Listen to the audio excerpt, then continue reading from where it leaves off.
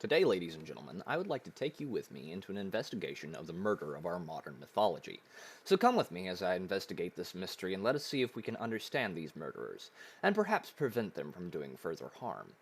The motive in this murder is both simple and diabolically complex. It is the destruction of the old order to bring in the new. Ah, but what is the old order, I hear you ask?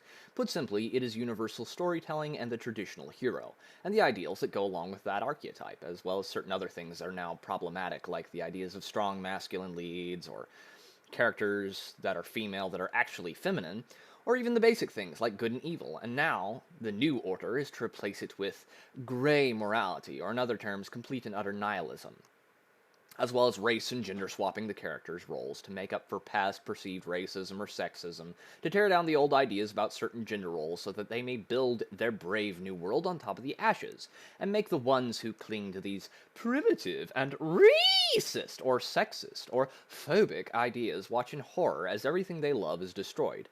To explain it in one word, it is propaganda. And that brings us to the means of the murder. These days, it is often, but not always, accomplished with the phenomenon of the soft reboot.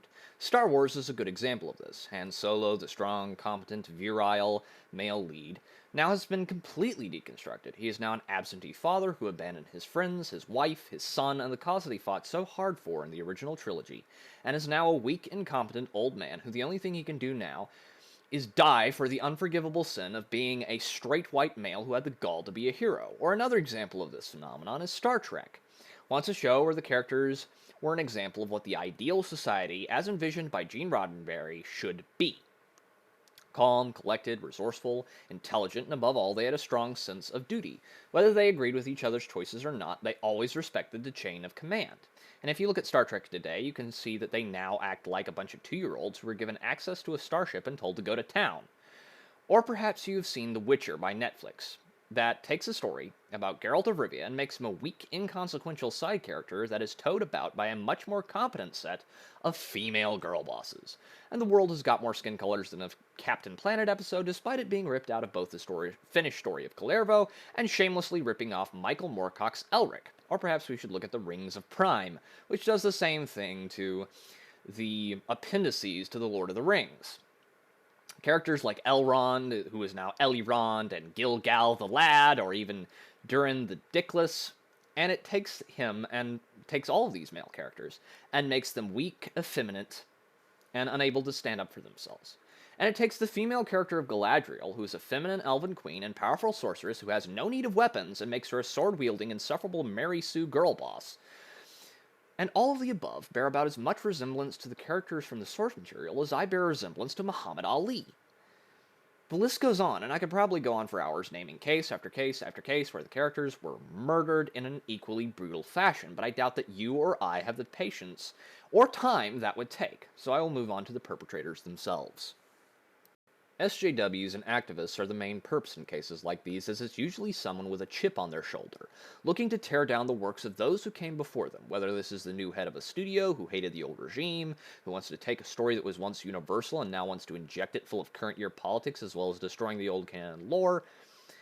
It could be a new director who wants to preach to the general audience about current thing or the message so they can get in good with the ESG people and fat cats on the board of whatever studio they work with. It could be a writer who does not want to be tied down by the old lore. It could be a comic book artist and a comic book writer who are also disturbingly prone to reimagining stories for modern audiences. Many of these people fall into one of the two molds of either an SJW or an activist. Or both. But what is an SJW, and what do I mean by activist?